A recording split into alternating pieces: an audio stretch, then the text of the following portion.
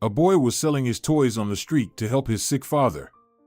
But when he learned the truth about his father's illness, Carlito's childhood was joyful and carefree. He grew up in a small but cozy village surrounded by green hills and fertile fields.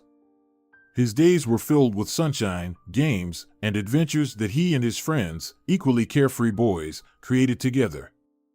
At that time, Carlito still had his loving parents, Juan and Elena. His father worked as a programmer, and his mother took care of their home, filling it with warmth and comfort. Every morning, Carlito woke to the sound of roosters and the smell of fresh bread that Elena baked. After breakfast, he would help his father pick fresh vegetables and water the flowers in their garden. These chores never felt like a burden to him. On the contrary, Carlito found joy in them and learned responsibility. Afterward, his father would head to his study to work, while Carlito would run to the neighboring house where his best friends, the brothers Diego and Miguel, lived. They would play together all day, and in the evenings, Carlito's family would gather around their large wooden table for dinner. Elena would tell stories from the books she loved to read, while his father shared news from the tech world. Despite the lack of cafes, cinemas, or other interesting places in their village, they were never bored together. Thanks to his parents' love and care, Carlito grew up as a confident boy with an open heart and a constant thirst for new discoveries. These carefree days were forever etched in Carlito's memory. They taught him to cherish the simple joys of life and to be grateful for every moment. When Carlito turned 10, he went with his friends to visit Diego and Miguel's grandmother.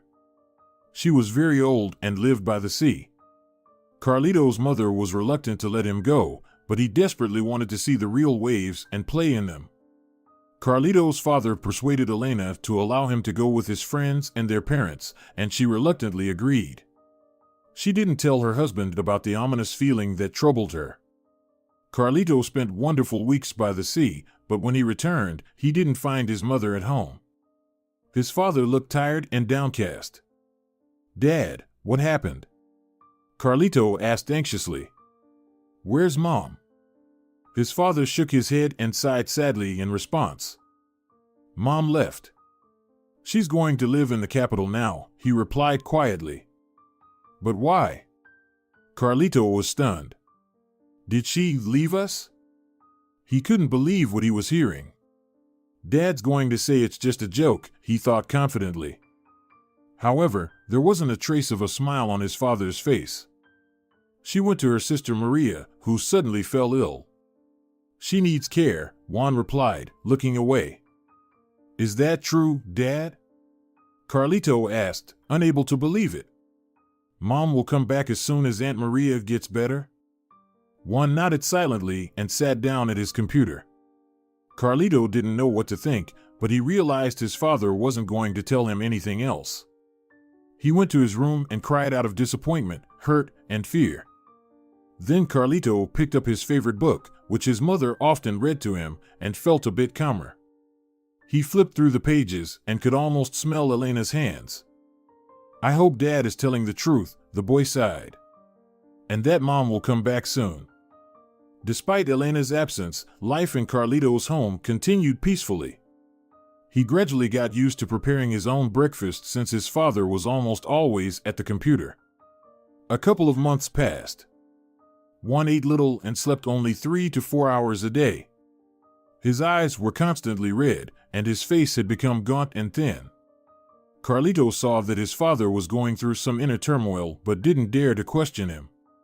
He was afraid that his fragile belief that his mother would soon return, as fragile as an eggshell, would shatter to dust. Days went by, but nothing changed. Elena still hadn't returned home. His father grew more silent and withdrawn by the day. Carlito began to worry about Juan. He saw that his father's face was growing paler and that he seemed more and more absent-minded. Juan often forgot to take breaks or rest, fully immersing himself in his work. Carlito thought it was his father's way of not thinking about Elena, who still hadn't come back. One day, Carlito approached his father and asked him why his mother hadn't called. Juan flinched and pretended not to hear his son's question. "Dad," Carlito persisted. "Let's go to the capital ourselves and visit her." I don't know Aunt Maria's address, Juan replied in a muffled voice. And with that, their conversation ended. Another month passed. Constant time at the computer and lack of physical activity soon took a toll on his father's health. One morning, Juan fell ill. He had a fever and couldn't get out of bed. Carlito was terribly frightened for his father. He didn't want to lose him too. Call the doctor, son, his father whispered, trying to smile. You're not going to die, are you, Dad? Carlito asked anxiously. Of course not, Juan replied in a weak voice. I won't leave you alone. However, things turned out to be much worse than he expected. The doctor frowned as he examined Juan. You need to be hospitalized immediately, he said quietly. But I can't leave my son. Juan exclaimed, then broke into a cough. The doctor just shrugged. Your health needs serious attention, he said dryly. Carlito will have to take care of himself. They took Juan to a hospital in the neighboring town, and the boy was left alone. He crawled under the blanket in his room and cried for a long time until he fell asleep. Carlito woke up to the sound of knocking from downstairs. It took him a moment to remember everything that had happened in the morning, and when he rubbed his eyes, his father's pale face came back to his mind. Dad's back. Carlito shouted and rushed downstairs to open the door. But it wasn't Juan, it was Diego and Miguel's mother, Sofia. Carlito, your father called me from the hospital and asked me to take you to our home, she said. Her eyes were filled with sympathy, which only made Carlito feel worse. So, he won't be back today? He asked in a faint voice. Sofia shook her head. I'm sorry, she whispered. Miguel and Diego are waiting for you excitedly. We bought a new board game, and they want to try it out with you. And I'm planning to bake an apple pie and cinnamon rolls with raisins. Carlito nodded. Okay, I'll just grab my pajamas and toothbrush, he replied obediently. When Carlito saw his friends, he almost forgot about his sadness. The evening was wonderful. They played the board game, then drank cocoa and ate the delicious pie. From time to time, Carlito cast sad glances at Sofia and sighed. He missed Elena terribly. That night, Carlito slept in the room with Diego and Miguel. He lay awake for a long time, listening to the rain tapping on the roof. I hope Dad feels better tomorrow, Carlito thought as he turned to his other side, trying to finally fall asleep. He wouldn't even admit to himself that he didn't believe it. As he had feared deep down, his father didn't come back the next day. He called Sofia and said he would be in the hospital for at least another week. All right, your son will stay with us, Sofia replied and smiled at Carlito, who was sitting at the table with a glass of milk in his hands. He tried to smile back, but his eyes filled with tears. It seems like Dad is seriously ill, the boy thought bitterly. If he dies, I'll be completely alone. He spent the whole day with Diego and Miguel, which helped distract him from his dark thoughts. But they returned to him again before bed. This went on for a week, and then his father called again. Today, we're going to the hospital to visit Juan, Sofia said at breakfast. Is he better? Carlito asked hopefully. Will he be coming home soon? He'll tell you everything himself, said Senora, looking away. Carlito understood that his father was still ill, and he went to the hospital with a heavy heart. He paid no attention to the beautiful buildings and parks they passed, lost in his unhappy thoughts. Finally, Sofia stopped the car in front of the 3-story hospital building. Juan was lying in a bright room with a large window. When Carlito saw him, he felt a pang of sadness and fear. His father was connected to wires, his face was still pale, and his breathing was labored. Carlito, you came, my boy, Juan said weakly. Dad, what's wrong with you? Carlito asked, almost crying. I'm seriously ill, his father admitted. Carlito couldn't hold back his tears. Are you going to die? He managed to whisper through his sobs. Juan reached out and touched his son's hand. I hope not, he answered quietly. Carlito stayed with his father for about an hour, and then Sofia took him back home. He played with Diego and Miguel again, but in the evening, he overheard their mothers talking on the phone, saying that Juan needed medication. "Yes, it's a significant amount, but we'll figure something out," said Sofia. So, Dad needs money for medicine, Carlito thought. "I have to help." He went back to his friend's room and told them everything excitedly. "I know how to help your dad," Miguel exclaimed. "How?" Carlito leaned forward. "You have toys you don't play with anymore, right?" Miguel asked. "Yes, of course, I have plenty," Carlito replied.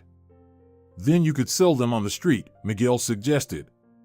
Carlito thought about it. "That's a good idea," he finally said. "But who will buy them here, in the village?" Miguel scratched his head thoughtfully. "I hadn't thought about that," he admitted. Then his brother joined the conversation. "We don't have to sell the toys here," he said.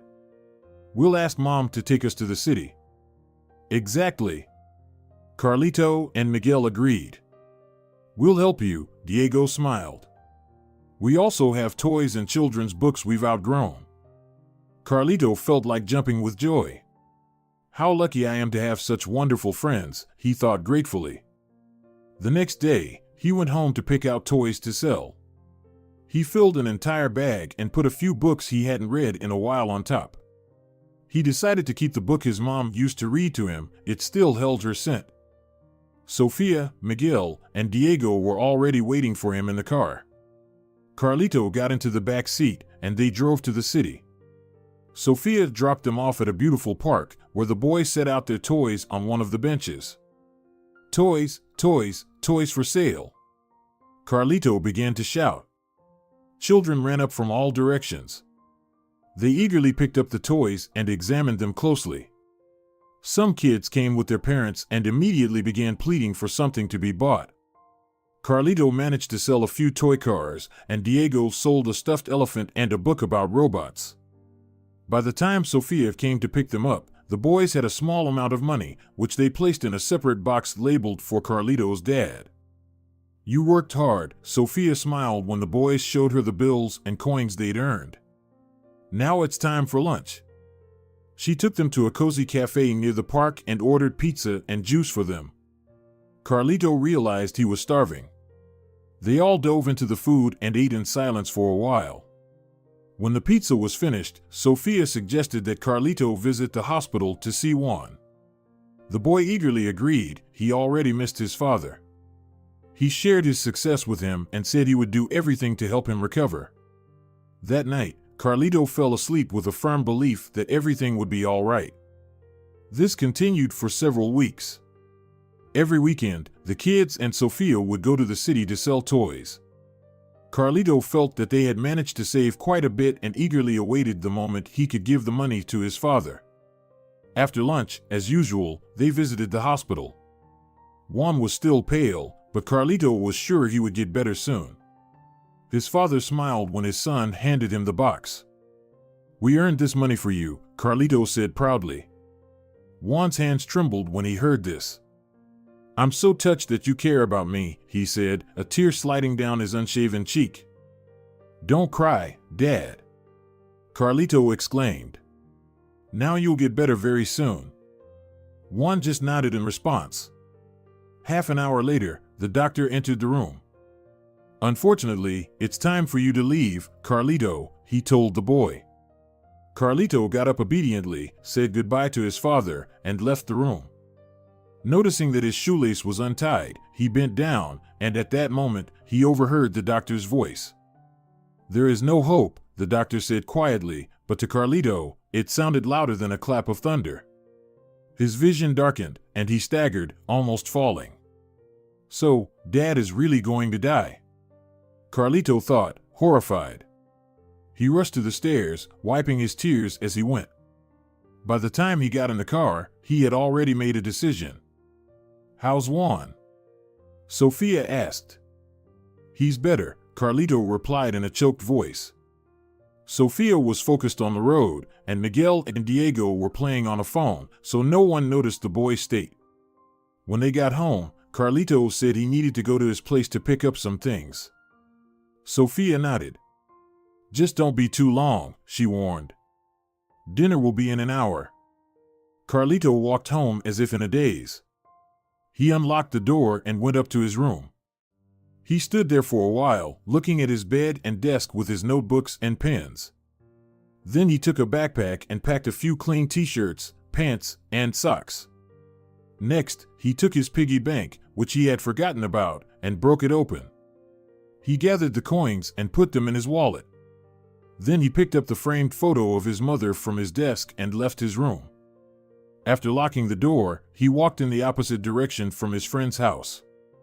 At the bus stop, Carlito waited until a bus arrived and took it back to the city. There, he made his way to the train station and spent almost all his money on a ticket for a train headed to the capital.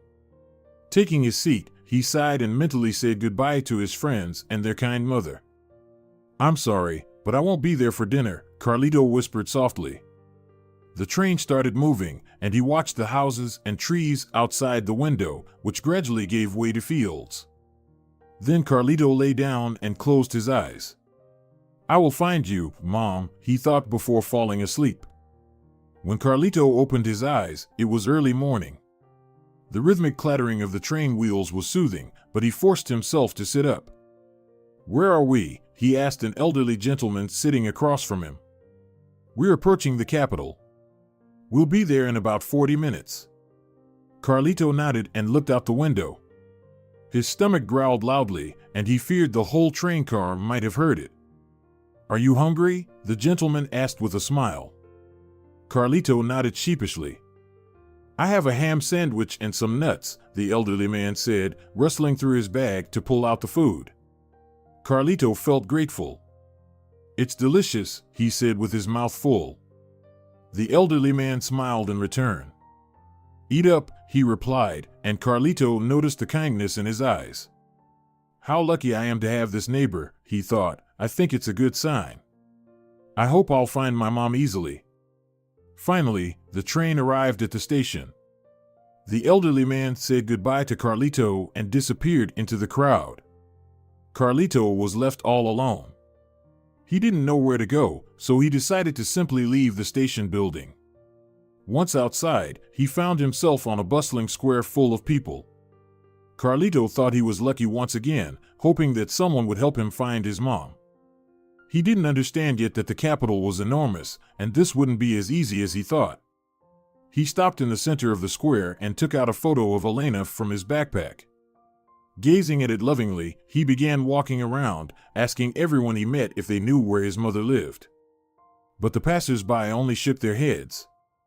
Hours passed this way. Carlito was hungry again and nearly desperate when suddenly one passerby, a stout man with chubby cheeks and jet black hair, nodded in response to his question. "Yes," he said, staring intently at Carlito. "I know your mother." At first, the boy couldn't believe his ears, then he jumped with joy. "Really?" he asked. "Will you take me to her?" The man spread a courteous smile. "Of course," he replied. "I'd be delighted." Carlito thought he was lucky once again. If only he knew what was really going on. But he hadn't yet learned that not everyone could be trusted. He followed the black-haired man, who skillfully navigated through the crowd. After they crossed the square, he turned into a narrow alley. Carlito tried his best not to lose sight of his rescuer, who seemed to be in a hurry. They walked the length of the alley and ended up in a parking lot. The man approached one of the cars, an old, slightly dented one, and opened the door. "Hop in, kid," he said, and Carlito thought he saw a predatory gleam in his eyes. But he was so tired and hungry that he didn't give it much thought. Carlito climbed into the back seat, and the stout man got behind the wheel. The engine roared, and the car left the parking lot. Carlito clutched his mother's photo to his chest. "Soon, very soon, we'll see each other," he thought. The car continued driving through the city. Does Mom live that far away? He wondered. Despite his hunger, he began to feel sleepy. Carlito leaned his head back and dozed off. He woke up to a sudden jolt. "Get out of the car, kid," a gruff voice barked. Carlito opened his eyes. It was already dark, and it took him a moment to make out the person speaking to him.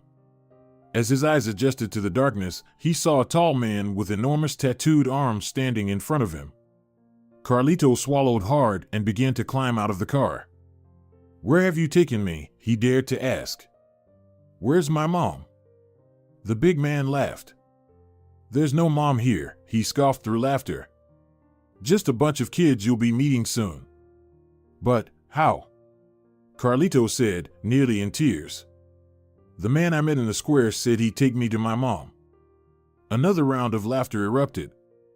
"He tricked you, kid," the giant replied, almost kindly. "But that's your fault. Now you'll have to work for us for a while. Hope you're ready?" Carlito was at a loss for words. "Follow me," the man ordered, but Carlito didn't move. He stood rooted to the spot, feeling tears well up in his eyes. "I said, come on," the man's tone grew menacing. "I'm not going anywhere with you," Carlito replied. "I need to find my mom." The giant leaned close to his face. "And do you think you have a choice?" he hissed through gritted teeth, his fists clenching dangerously. Carlito gulped. "So, what now?" the man sneered. Carlito didn't move. Then the brute grabbed him around the waist and easily slung him over his shoulder, as if the boy weighed nothing. "Let me go!" Carlito shouted. "I have to find my mom. She doesn't know that Dad is sick." Ignoring the boy's cries, the man walked down a concrete path and approached a long building that looked more like a barrack. He set the struggling Carlito down on the ground, opened a creaky door, and shoved him inside. Carlito nearly fell, catching himself on a nearby coat rack at the last moment. The door behind him closed with a loud creak. He looked around. The hallway was dimly lit. "Your room is straight down the hall, second door on the left," the brute's raspy voice called out. "I'm not going," Carlito replied stubbornly. "Then you'll sleep in the hallway," the man said. Carlito sat down on the cold floor, which immediately made him shiver. "I want my mom," he whispered. "Everyone here wants that," the brute replied dryly. "If you work hard, maybe they'll let you go." Carlito looked up at him. "I'm hungry," he admitted. "Go to your room," the man grunted. "Dinner's in an hour." With a sigh, Carlito got up from the floor and trudged down the hall. He stopped at the second door on the left. It was slightly ajar, and he could hear quiet conversation from inside. Carlito stepped in. The room was dimly lit. The only source of light was an old desk lamp on a table by the wall. He saw 4 iron-framed beds, 3 of which were occupied by boys about his age. They wore shabby clothes, and their hair was unkempt and messy. When Carlito appeared in the doorway, the boys fell silent, peering into the dim light to get a good look at the newcomer. Feeling awkward, Carlito hurried to the empty bed and sat on it, unsure what to do with his hands. "Who are you?" one of the boys asked rather roughly. He seemed to be a little older and bigger than the others. "Carlito," the boy replied in a squeak. He felt an overwhelming urge to cry and clenched his fists tightly to hold back his tears. "Where are you from?" asked another boy, his tone more curious than hostile. Carlito named the village he had come from. "But that's really far away," said the boy on the farthest bed, who wore glasses and looked rather smart. "Shut up, he's an outsider," the first boy hissed. But no one paid him any attention. The other boys gathered around Carlito's bed, asking him how he ended up in the capital. Carlito told them everything. "You'll never see your mom now," one of the boys said quietly. "But why are we all here?" Carlito asked in despair. "What do these people want from us?" "They want us to beg on the street," the oldest boy replied hoarsely. "We're their way to make money." He didn't get up from his bed or turn around, but Carlito could hear the bitterness in his voice. The boy clenched his fists and silently vowed to escape at the first opportunity. Thus began his new life. Every day, Carlito was taken into the city, where he stood on the street begging from passers-by.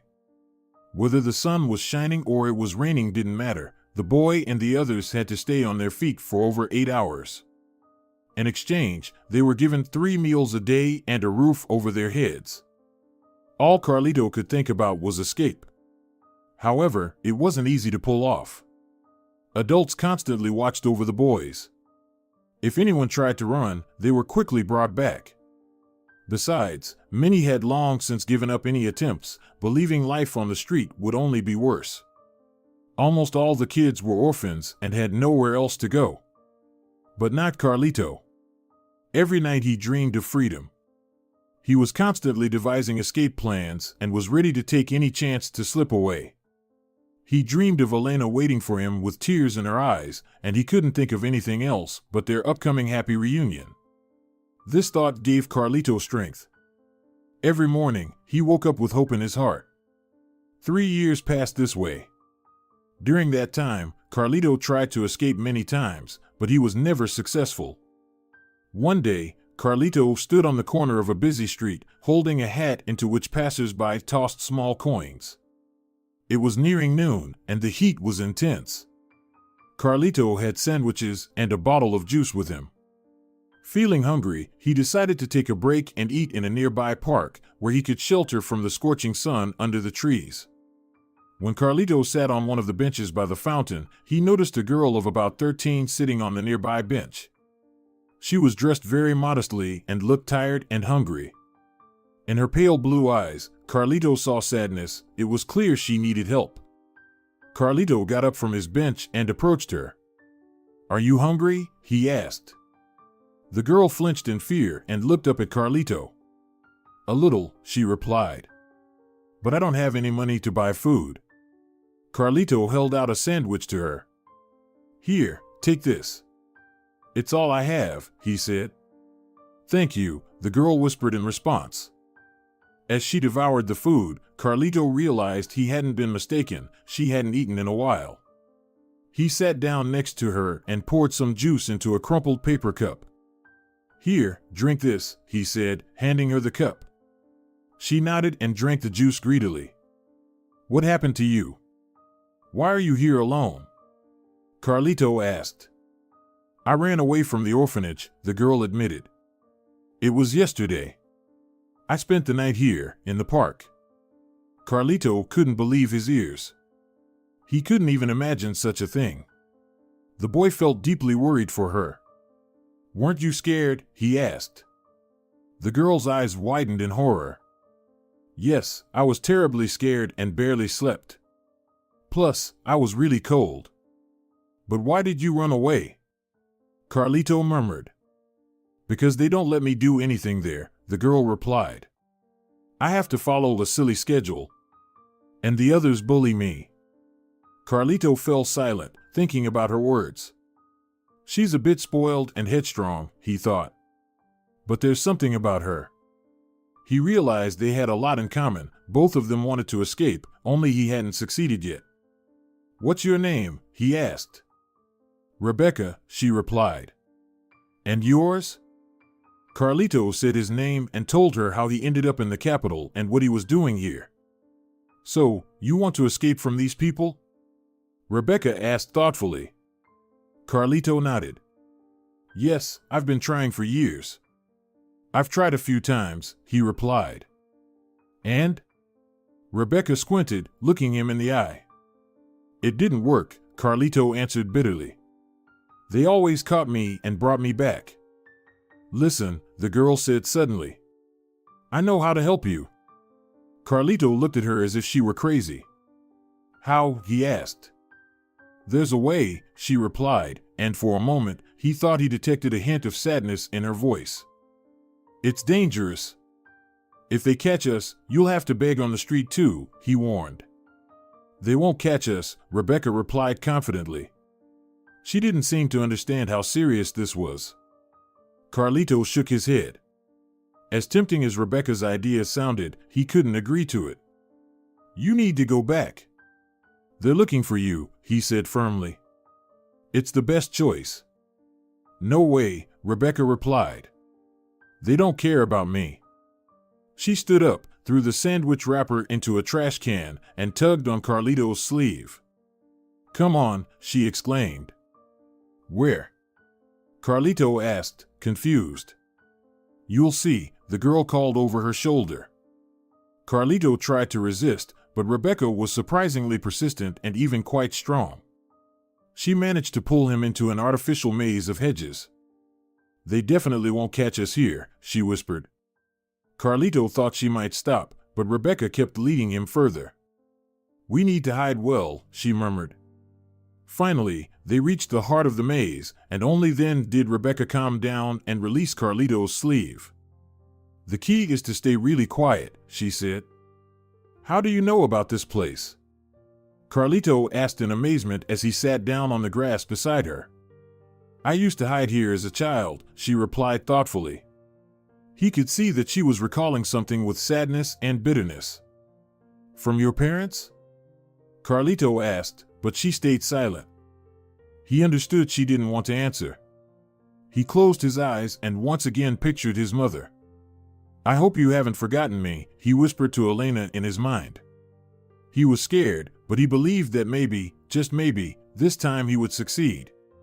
Rebecca's confidence seemed to have rubbed off on him. They sat quietly for a long time, listening to the sound of the fountains and the shouts of children playing nearby. Then, as the sun began to set, Carlito started feeling sleepy. He closed his eyes and dozed off, leaning his back against the prickly green wall. He awoke when he distinctly heard his name being called. Carlito, where are you, you little pest? A gruff voice yelled. It's the brute, Carlito realized. He still only called him by that name. Carlito shrank, trying to make himself as tiny and invisible as possible. Don't worry. They won't find us here, Rebecca whispered right into his ear. Carlito nodded. He wanted to believe her. He felt the voice calling his name getting closer, his face muscles tensing. What if the brute decides to check the maze, he thought. At that moment, Rebecca took his hand, and Carlito felt strangely calmer. It'll be okay, he decided. Holding his breath, he watched a tiny ant crawling in the grass. It was carrying a grain much larger than itself, and the sight distracted him a bit. Finally, he realized the brute had stopped calling his name. Is he gone? Carlito whispered, and Rebecca nodded in response. Dusk had fallen, and the maze was enveloped in a mysterious darkness. If only we could make a fire, Carlito thought wistfully, curling up against the evening chill. He felt Rebecca inching closer to him, and he timidly put an arm around her. This way, it'll be warmer, he whispered. They sat there without moving, and then Rebecca spoke quietly. I don't remember my parents. I was raised by my grandfather. I hid from him here once. Carlito didn't immediately realize she was answering the question he'd asked that morning. And what happened? He asked. He was so scared he'd lost me, she whispered. Carlito sensed that the story had a sad ending and regretted asking, but Rebecca seemed determined to tell him everything. He ran through the park, calling for me, she said, shaking her head. And I sat here, laughing silently. And then... She trailed off, gripping Carlito's hand tightly. What happened then? He mouthed.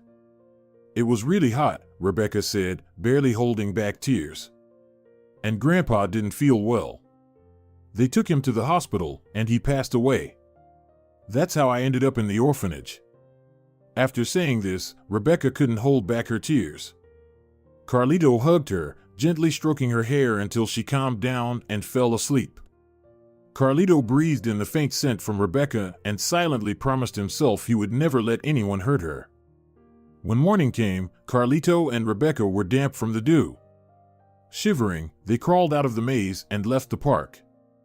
The sun was touching their faces gently, and for the first time in a long while, Carlito felt a sense of freedom.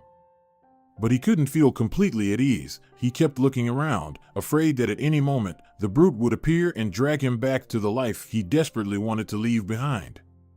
We'd better hurry, Carlito said nervously, and Rebecca nodded.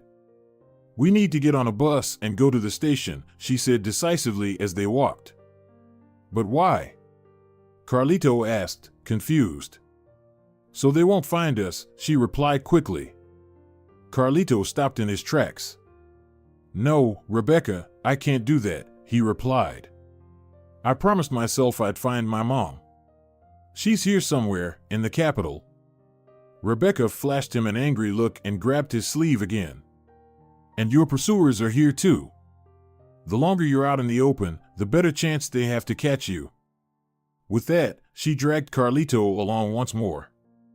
They reached the bus stop and waited. Carlito knew Rebecca was right, but he couldn't accept the idea of not finding his mom. Finally, the bus arrived, and Rebecca hurried toward it. "Come on, Carlito," she called to him, but he hesitated. Suddenly, Rebecca's eyes widened in horror. Carlito realized there was someone behind him.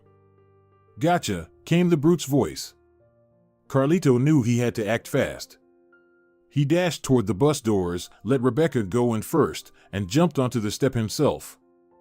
"Close the doors quickly," Carlito shouted to the driver. He felt someone grabbing his jacket from behind. He jerked forward, and there was a loud tear. Then the door slammed shut, leaving his pursuer behind. "I told you," Rebecca hissed. "Because of you, we were both in danger." Carlito gave her an apologetic look. "Sorry," he whispered. "I really just want to see my mom." Rebecca sighed and sat down by the window. "Pay the fare, you have money, don't you?" she said. Carlito obediently pulled a few coins from his pocket. At that very moment, he noticed a woman on the street who reminded him vividly of Aunt Maria. He had only seen her a few times, but he thought about her so often, remembering his mother, that he couldn't mistake her slender figure and light, wavy hair. "Get off!" Carlito shouted to Rebecca, rushing to the door. "You're crazy," she responded. "Where are you going?" "There's Aunt Maria," Carlito shouted. "Open the door, please." The driver grumbled something but stopped the bus. Carlito dashed outside and ran toward the woman. Rebecca, cursing under her breath, followed him. "Aunt Maria! Aunt Maria!" Carlito called as he ran. At first, the woman didn't pay attention, but then she stopped and turned around. Out of breath, Carlito stopped in front of her. "Aunt Maria, I finally found you," he panted. "Are you feeling better?" The woman looked at him, confused. "I'm sorry, dear, but I'm not Maria. My name is Monica." Carlito couldn't believe what he heard. "No, it can't be," he murmured in disappointment. "Did I really make a mistake?" Monica only shrugged. "I'm very sorry," she said. Suddenly, Carlito felt a wave of weakness. He staggered, and Rebecca had to steady him to keep him from falling. "Are you all right?" the woman asked, concerned. "We just haven't eaten anything today," Rebecca quickly admitted. Monica threw her hands up in alarm. "Come with me," she said. "I have fresh rolls and milk." The kids followed the woman to the door of a neat house. Carlito still couldn't believe he'd been mistaken. They entered a bright living room, and after seating the kids at the table, Monica went to the kitchen to get the food. "You're such a fool," Rebecca muttered in the meantime. "We took such a risk." Carlito stayed silent, feeling bitter and sad. Monica returned and began setting the table. "Who did you mistake me for, dear?" she asked after finishing and sitting down across from the kids, who were now devouring the food. "I thought you were my mom's sister," Carlito admitted with his mouth full. "I haven't seen her in so long. Or my mom either." "You poor thing," Monica said softly. "I'm sorry, but I don't know how to help you." Carlito only sighed in response. Monica thought for a moment. "What's your aunt's name? Do you know her last name?" "Garcia. Maria Garcia." Monica smiled and got up from the table. She left the room and returned with a large book and a telephone. "I think I might know how to help you, dear," she said. Carlito's eyes lit up. "Will you find my aunt?" he asked. Monica nodded. "Yes, I'll look up her number in the phone book, and we'll call her together." Carlito was thrilled by the idea, though it turned out to be harder than expected. They had to call several people with the same name. But finally, luck was on their side, and the Real Maria Garcia answered the phone. "What are you saying? My nephew is with you?" Monica, Carlito, and Rebecca heard on the other end, followed by a wave of relieved sobs. "We thought he was lost forever. Aunt, please let me talk to Mom, if she's still with you," Carlito asked hopefully. There was a heavy silence on the other end of the line. "Carlito, it's best if you speak to your father," Maria said. Carlito felt his heart pounding in his chest and asked cautiously. Is he still alive?" he asked quietly. "Of course, he's alive," Maria replied confidently. "If you want, I'll take you to him myself." Carlito couldn't believe what he was hearing. An hour later, Maria arrived at Monica's and picked up Carlito and Rebecca. "Your father was very lucky," Maria explained. "A famous doctor came to our country and helped him recover from his illness. That happened over 2 years ago. Now Juan is fully healthy but still mourns his losses." She hesitated after saying this. "Losses?" Carlito asked. "Who else did he lose?" Maria didn't answer. She pretended to be focused on the road. The rest of the journey passed in silence. Rebecca fell asleep on Carlito's shoulder while he looked out the window. Gradually, he began to recognize familiar places, and his heart beat with joy. He hadn't realized how much he'd missed home. Finally, the car pulled up to his front porch. Juan was already waiting for them at the doorstep. When he saw his now-grown son, he ran to him, arms open wide, with tears of happiness in his eyes. "Son, I can't believe you're back," Juan whispered, hugging Carlito tightly. "You've grown so much. Please, don't ever run away again." Carlito couldn't hold back his tears either. He nodded and introduced Rebecca to his father. "She has nowhere to live," Carlito said. "Please, let Rebecca stay with us, Dad." Juan smiled warmly at the girl. "Of course," he nodded. Rebecca's face lit up with a smile, one rarely seen on her face. It suits her, Carlito thought, almost involuntarily. Later that evening, after resting from the journey, Carlito approached his father in the study and told him they needed to have a serious conversation. "I want to know the truth, Dad," Carlito said. "Tell me what happened to Mom." At these words, Juan's face turned pale, and he looked down. "I'm tired of lies," Carlito admitted. "All this time, I thought Mom was living with Aunt Maria, but I found out that it was all made up. Where is she?" Juan took a deep breath and finally met his son's gaze. "Mom is gone. She passed away when you were 10. You were at the seaside with your friends." Carlito listened with wide, horrified eyes. "Mom went for a walk in the forest, and she was bitten by a venomous snake. We couldn't save her. I'm sorry I didn't tell you the truth. I could barely cope with the loss myself." Carlito couldn't hold back his tears. "Mom is gone," echoed in his mind. All this time, his hope had been in vain. Unable to contain his emotions, Carlito ran out of his father's study and nearly collided with Rebecca. She was wearing a new pink pajama set that Maria had bought for her before they left. "What's wrong?" she asked, looking at Carlito in confusion. He wanted to push Rebecca's hand away and run to his room to hide, but he unexpectedly sank to the floor, feeling powerless. "My mom has been gone for a long time," he said quietly. "And I only found out now." Rebecca sat down on the floor beside him and gently stroked his head as Carlito wept in grief. In that moment, he realized he would never have a closer friend than Rebecca. It took Carlito a long time to recover, but Rebecca's presence in the house brightened his life. Carlito and Rebecca spent all their time together. They watched movies, went for walks, and visited the city to sit in cafes or attend concerts. They began to share dreams and ambitions. The next year, they started attending the same school, and later they both enrolled in the local college. After graduating, they realized they loved each other. Carlito proposed to Rebecca, and they were married. Dear viewers, If you enjoyed the story, please support the video by liking it and leaving a comment. Thank you very much.